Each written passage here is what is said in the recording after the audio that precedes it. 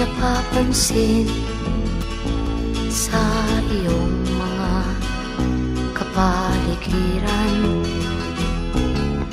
Kay dumi na ng hangin, pati na ang mga ilog natin. Hindi nga masama ang pag-unlad, at malayo-layo na rin ang ating narating.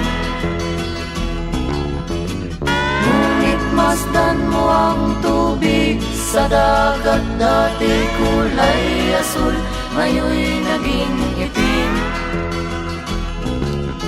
Ang mga duming ating ikinalat sa hangin, sa langit, huwag na nating paabutin.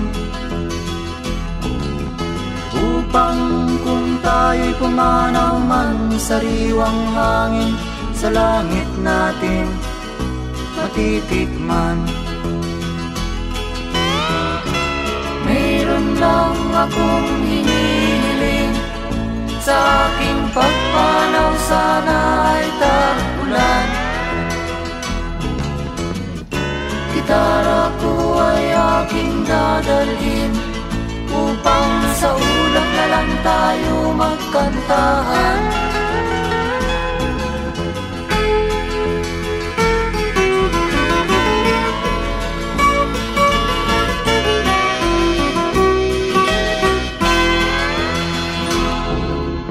Ang mga batang ngayon lang isinilang, may hangin pa kayang matitikman?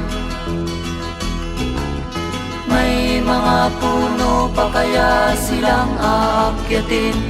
May mga ilog pa kayang lalamuyan? Bakit di natin pag-isipan ang nangyayari sa ating kapaligiran? Hindi nga masama ang pag-unlad, kung hindi nakakasira ng kalikasan. Darating ang panahon, mga ibong dala ay wala nang madadapuan. Masdan mo ang mga punong dati ay kay tatag, ngayon'y namamatay dahil sa ating kalukuhan. Lahat ng bagay na narito sa lupa, biyayang galing sa Diyos kahit nung ika'y wala pa. Ingatan natin at huwag nang sirain pa, pagkat pag kanyang linawi tayo'y mawawala na. Mayroon lang akong hinihiling, sa aking pagpanaw sana ay tag-ulan. Gitara ko ay aking dadalhin, upang sa ulap na lang tayo magkantahan.